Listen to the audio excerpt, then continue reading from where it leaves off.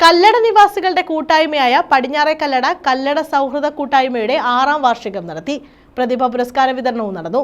വാർഷികാഘോഷത്തിന് സമാപനം കുറിച്ച് സാംസ്കാരിക സമ്മേളനവും സംഘടിപ്പിച്ചു.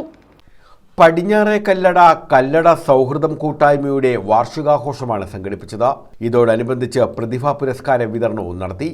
വാർഷികത്തിന് സമാപനം കുറിച്ച് നടന്ന സാംസ്കാരിക സമ്മേളനം കോവൂർ കുഞ്ഞുമോൻ MLA ഉദ്ഘാടനം ചെയ്തു. കവി ഏഴാച്ചേരി രാമചന്ദ്രൻ മുഖ്യപ്രഭാഷണം നടത്തി. അഹങ്കാരം എന്ന് കരുതേണ്ടതില്ല.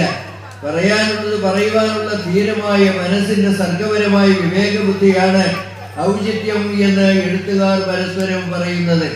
ആ ഔചിത്യം എന്നുള്ളത് നമ്മുടെയൊക്കെ ജീവിതത്തിൽ ഉണ്ടാവണമെന്നാണ് ഈ സമ്മേളനത്തിന്റെ തുടക്കത്തിൽ എനിക്ക് പറയുവാനുള്ളത്.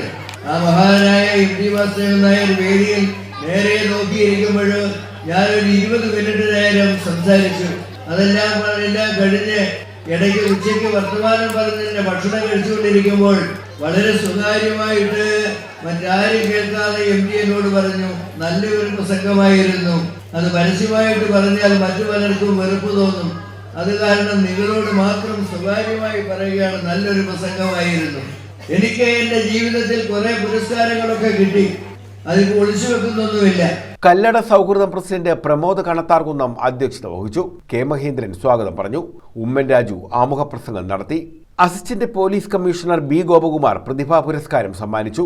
പടിഞ്ഞാറെ കല്ലട ഗ്രാമപഞ്ചായത്ത് പ്രസിഡന്റ് ഡോക്ടർ C ഉണ്ണികൃഷ്ണൻ ചികിത്സാ ധനസഹായവും medical officer doctor Wilson D'Cruz +2 merit അവാർഡുകളും police CI Jayakumar SSLC merit അവാർഡുകളും വിതരണം ചെയ്തു.